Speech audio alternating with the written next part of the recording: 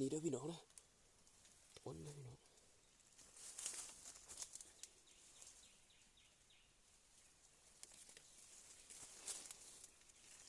ป้าตัวอ้นเด้อพี่น้องเด้อ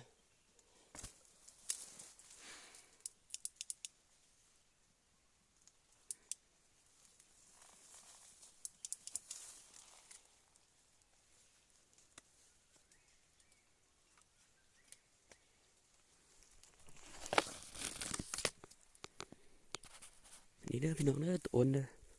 ข้าพเจ้ายิงได้ตัวอ้นตัวนึงอ่ะกตีนั่นหากอนะดีนะกอนะป้าตัว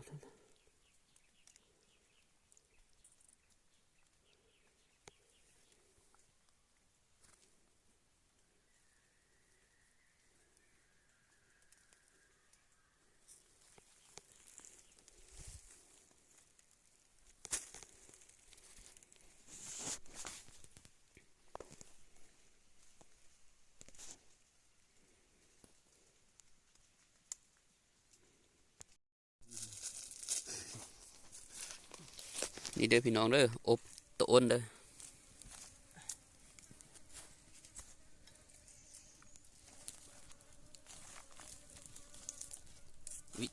วิธีปรุงเนาะขั้นตอนในการปรุงตั้งรอตั้งเลยนี่หาปรุงแด้มาหาปรุงให้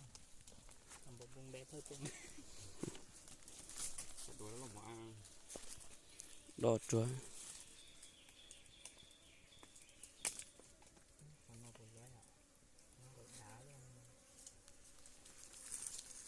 กินข้าวธรรมชาติเดิมอนี้เนาะกินข้าวปลาทำกันเด้อส่วนนี้มักให้สุกกินนกเป่า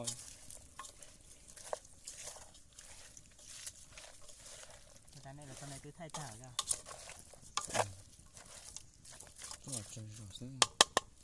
จะใช้เท้าโอเช่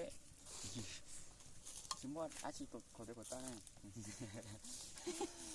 โอ้ยจอบก็แล้วก็นี่เด้อพี่น้องเด้อโอนเฮาสุกแล้วเนาะสุกเป็นทีเหียบห้อยแล้วเนาะเป็นแสบไรเด้ออุ้ยโจ้รูปลงป้าเขาเป็นแต่แสบไรเด้อเจ้าอะไรตัวนี้นะ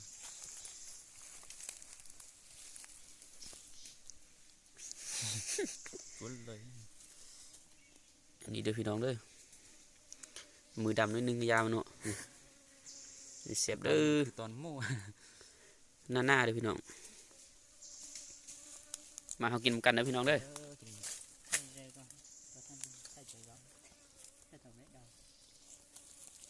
กันยัด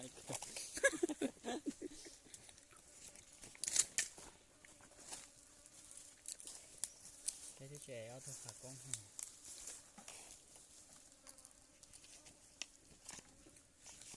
เชื่อเรานะเจ็บคออยู่คนน้ำที่ใช่เขารู้ใจปวดกู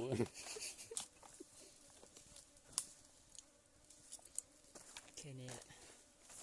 นอนในตาที่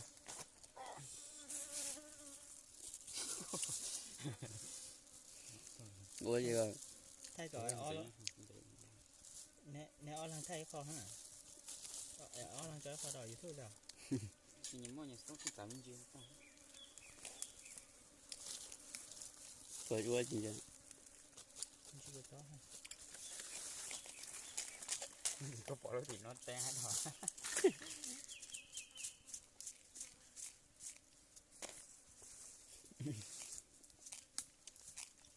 ชอบแต่ห้อยยังมีแต่เดียวเสียบไรพี่น้องมานึ่งเลยว่าขาก้อนละโอ้เสียบขาก้อนนะเขาเกิน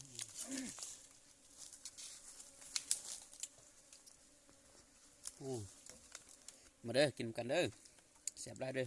อบตัวเนาะกูบอกกูเหรอก็จะครับแต่ก็แต่ก็จะต้องกล้าเนาะสั่งไปตัวเขาสั่งไปตัวยื้อต้องยิ่งยื้อต้องไทยเขียวกลัวของน้อยจริง มีผมมีต่อเลย อย่างนี้อย่างนี้แหละอย่างนี้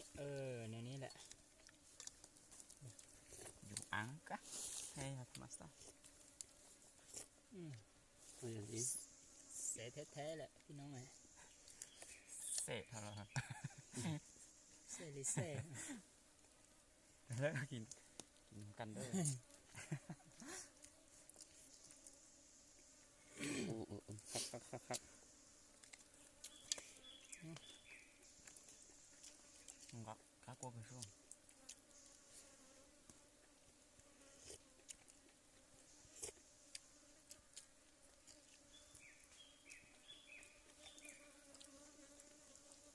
มองดอกตา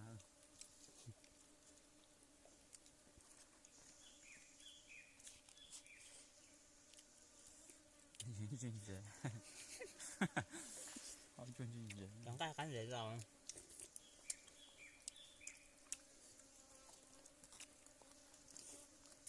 แต่ข้างของไอ้ม้านะจ๊ะ ก็คือไอ้เจาะเล่มลงด้วย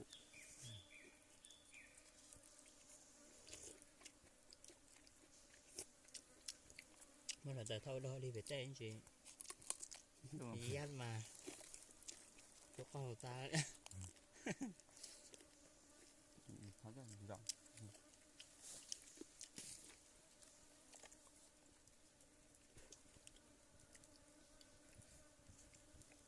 ta chỉ nói cái cho gì liếc qua sẽ nghe gì vậy sẽ นี่เด้อ nhỏ còn cái thằng hai bé à แต่อีตาถึงจะตัวอ้วนนะ đi đang là ít tương xóa แต่ถึงตัวอ้วนแต่ตัวนี้เลยเขาก็ต้นเลยตัวอ้วนแล้วมันเห็นป้อนเด็กเขาบอกคนเด็กหรือยังเด็ก cái nhỏ rồi thì họ có gì cho chép theo lần trước có เหมือนจอ cái giờ tao con cho chém phơi มันเจ็บแต่โซ่ทรงถูกปล่อย còn cái นี่ถ้าขาเจียว xóa พูดดูเลยดีคุณปล่อยยังเห็นก็ได้แล้ว tao lo cái xe thấu cái gì không thấy đây thì xem gì rồi chơi gì giải tiền tại đi ha ได้เป็นหัวใหญ่ตียังหัวยี่เลยหัวมันจะดวงนงแล้ว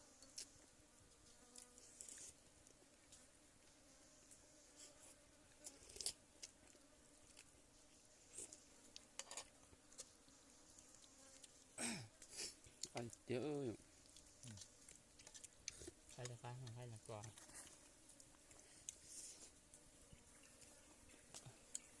เมื่อกี้ขาเคยเท่าไหร่เมื่อกี้อ่ะหยอก hay bố chi cả nó cả chữ lẽ nó lại tên là giữa đâu nổi nó không mà